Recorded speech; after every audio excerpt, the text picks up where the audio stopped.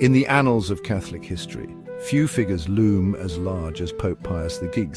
Known for his piety and his commitment to traditional church teachings, Pius VI left an indelible mark on the papacy. Yet it is a vision reportedly experienced by Pius X himself that continues to fascinate and fuel speculation over a century later. The vision, passed down through anecdotal accounts, speaks of a future pope, also named Pius, who would face a time of great tribulation. This future Pius, according to the vision, would be forced to flee Rome, his path littered with the bodies of the faithful. He would ultimately be martyred, a victim of the very chaos and persecution he sought to escape. The vision, shrouded in the mists of time and the subjectivity of human experience, is short on specifics. It offers no timeline, no clear indication of the forces arrayed against this future Pius, and no roadmap for how such events might unfold. And yet the vision persists, a haunting whisper echoing through the corridors of Catholic history.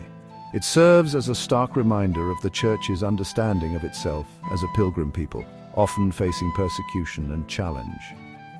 The vision of Pius VI is a stark tapestry, woven from threads of suffering, resilience, and ultimately, martyrdom. It is a vision that speaks to the Church's understanding of its own journey, a journey often marked by both triumph and tragedy.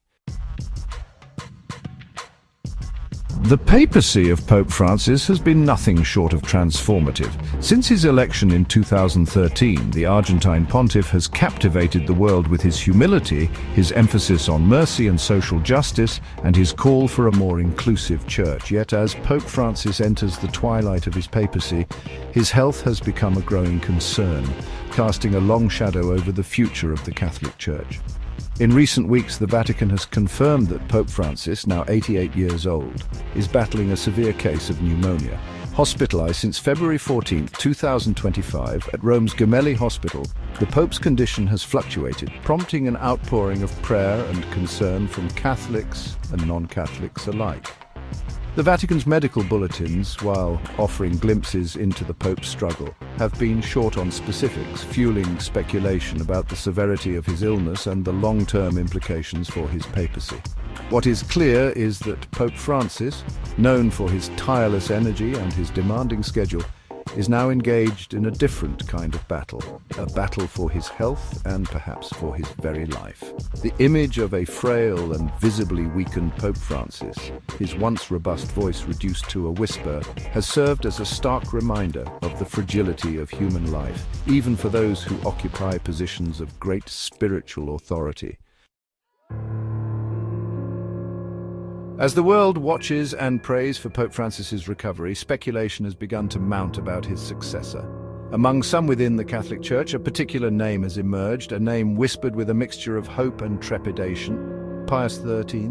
The choice of the name Pius, particularly in light of Pope Pius V's purported vision, is laden with symbolism. For some, the possibility of a Pope Pius XIII represents a return to tradition, a bulwark against what they perceive as the theological and liturgical liberalization of Pope Francis's papacy. They see in the name Pius a reaffirmation of doctrinal orthodoxy and a rejection of what they view as dangerous deviations from the Church's timeless teachings. For others, the prospect of a Pope Pius XIII evokes a different set of emotions: fear, uncertainty, and a sense of foreboding.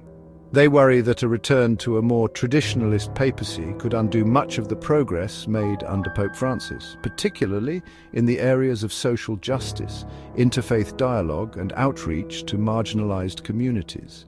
The mere mention of Pius III has become a Rorschach test, revealing the deep divisions that exist within the Church over its future direction.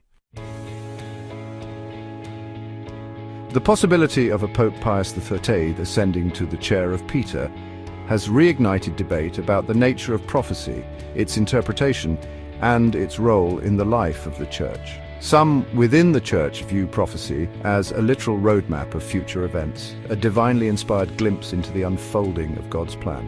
For them, the vision of Pope Pius V is not merely a curiosity, but a dire warning, a call to prepare for a time of great persecution and tribulation. Others, however, caution against such literal interpretations of prophecy. They argue that prophecy is often symbolic, offering broad themes and principles rather than precise predictions. They point out that the Church's history is replete with examples of prophecies that have been misinterpreted or taken out of context, leading to fear, fanaticism, and even violence. The debate over the vision of Pope Pius VI and its potential connection to a future Pope Pius XIII highlights the challenges of interpreting religious prophecy. It underscores the need for both faith and discernment, for a balance between respecting the wisdom of the past and embracing the complexities of the present. Ultimately, the question of whether a future Pope Pius XIII would fulfill the prophecy of his namesake remains shrouded in mystery, a mystery that only time and the unfolding of events can unravel.